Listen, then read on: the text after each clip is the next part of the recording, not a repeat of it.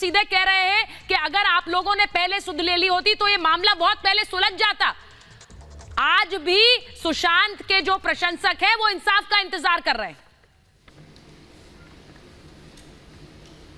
देखिए 14 जून 2020 को जो सुशांत सिंह जी की मृत्यु हुई, उसके बाद से लगातार भारतीय जनता पार्टी ने एक मुहिम चलाने का काम किया। उस समय भी हम लोगों ने इस बात को बहुत खुल के कहा था कि अगर भारतीय जनता पार्टी के किसी भी नेता के पास कोई सबूत है, क्योंकि कैमरे के सामने आके आरोप लगाना और किसी जांच एजेंसी को सबूत देना, दोनों में फर्क होता है। हम लोगों ने इनको आमंत्रित किया था कि आप आपके पास जो भी चार्जेस हैं आप सबूत पेश करिए पुलिस के सामने, पुलिस उस पर कार्रवाई करेगी।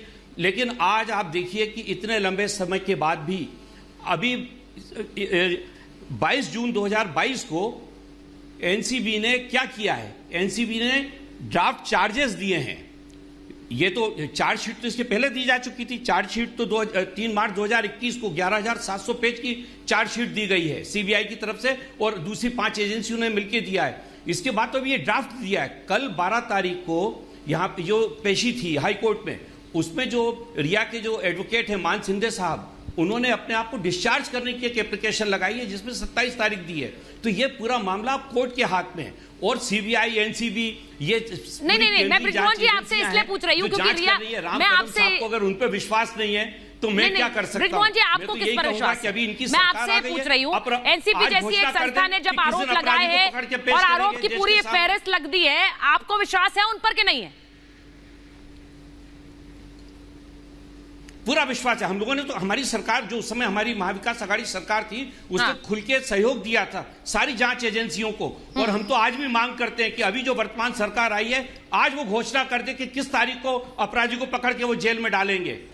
करें ना। हम लोग तो पहले दिन से बोल रहे हैं कि इसकी जांच पूरी होनी चाहिए। जब सेंट्रल एजेंसी है जांच करने लगी, भारतीय जनता पार्टी के नेताओं को अपनी खुद की जांच एजेंसियों पे विश्वास नहीं है, अब उनकी सरकार आ गई है उस पर भी विश्वास नहीं है।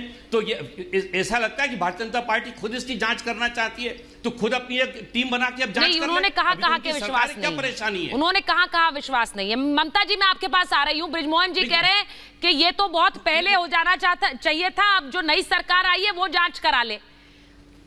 आपको लग रहा है इन्होंने बहुत कुछ कर लिया? इन्होंने बहुत जो करना था सब कुछ कर लिया रिया चक्रवर्ती और सुशांत सिंह राजपूत के पूरे केस में? धन्यवाद सुचरिता जी। ब्रिजमोहन भाई को मैं सुन रही थी बड़े ध्यान से, बड़े जोश और तैश में वो बात कर रहे थे क्योंकि सरकार चली गई है। आजकल सिर्फ तैश ही तैश दिखाई दे रहा है क्योंकि ठन गोपाल हो गई है स्थिति राजनीतिक और सामाजिक इन सब लोगों की। अब बिल्कुल आप सही कह रहे हैं कि आप लोग बहुत कुछ कर सकते थे, अभी भी बहुत कुछ कर सकते हैं, ऐसी कोई बात नहीं है ब्रिजमोहन भाई, अभी भी बहुत कुछ हो सकता है। मैं आज आप लोगों को बोल रही हूं, आप सिर्फ 3 लोगों के ऊपर ये गुहार लगा दीजिए इन्वेस्टिगेटिव एजेंसी से कि सिर्फ 3 लोगों की कड़ाई के साथ पूछताछ हो जाए। उसमें सबसे पहले तो आप ही के जो अंदर हो रखे हैं गृह मंत्री मिस्टर अनिल देशमुख, उनसे यह पूछ लिया जाए कि आप ये बताइए आपको कैसे पता चल गया था कि सुशांत सिंह राजपूत ने आत्महत्या करी थी? जब तक उन्होंने सुशांत की बॉडी नहीं देखी थी, जब तक उन्होंने सुशांत की ऑटोप्सी की रिपोर्ट उनके पास नहीं आई थी, उनके पास किसी भी प्रकार का कोई इन्वेस्टिगेशन नहीं था, उन्होंने बाहर आकर के बोल दिया। देखिए 2 सूरत में ऐसा हो सकता है, प्रदेश का गृह मंत्री अगर इतना बड़ा क्लेम कर रहा है, या तो सुशांत सिंह राजपूत ने खुद फोन करके बताया हो या फिर उनके पास कोई ऐसी इंटेल रही हो जिसके बेसिस पर उन्होंने बोला and he was sure that Sushant had committed suicide.